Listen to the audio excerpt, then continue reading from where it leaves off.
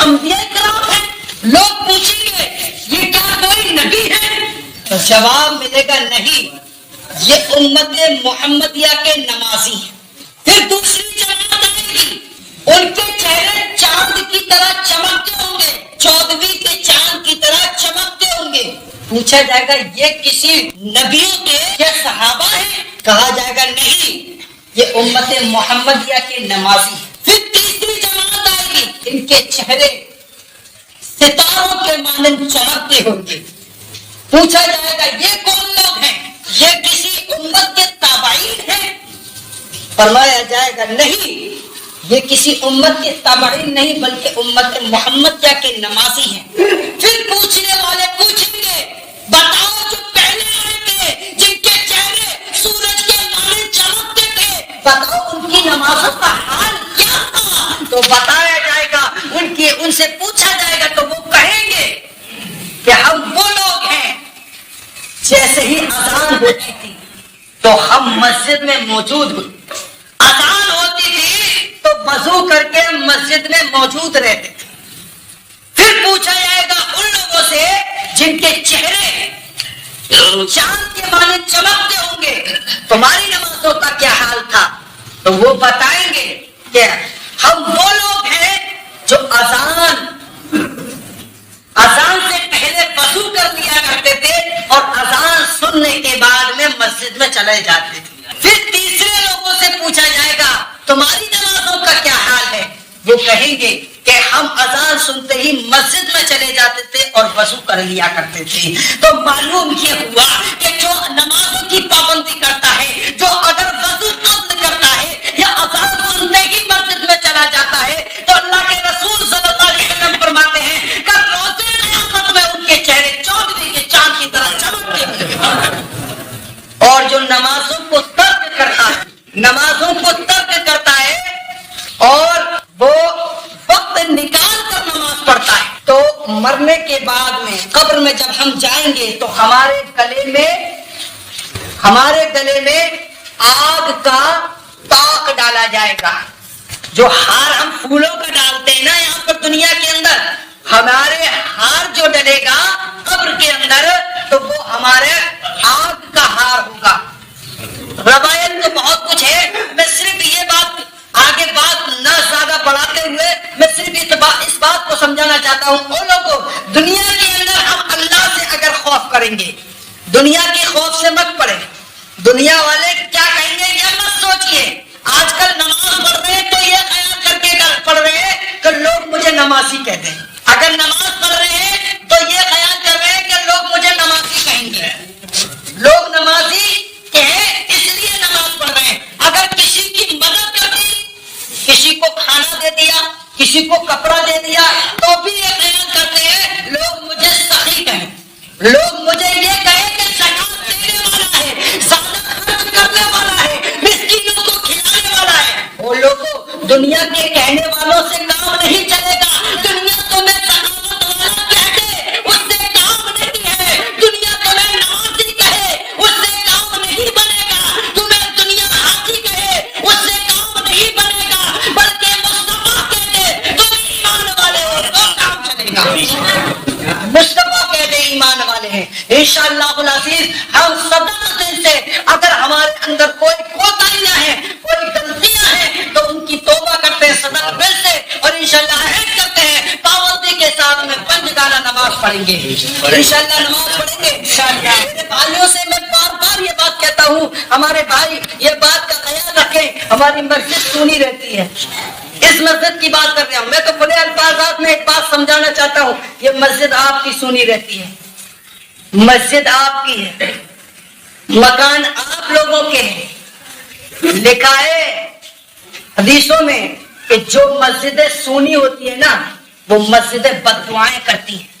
تم نے سوچ لیا ہم نے مسجد بنوا لی، ہم بابائی میں ہو گئے، ہمارے لیے اللہ تبارک تعالیٰ کے یہاں پر جنت بن گئی؟ نہیں، اور لوگوں یہ تمہاری بھول ہے۔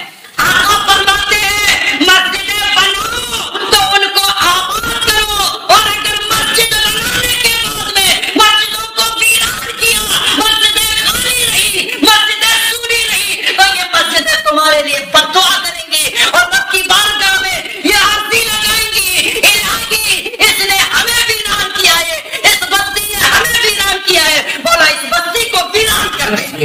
تو سوچ لو، ذہن لگاؤ کہ مسجدیں تم اگر ویران کرو گے اللہ تبارک تعالیٰ تمہارے گھروں کو ویران کر دے گا۔ تو کہنے کا مقصد ہے مسجدوں کو آباد کرنے کی کوشش کرو، آباد کرنے کی کوشش کرو۔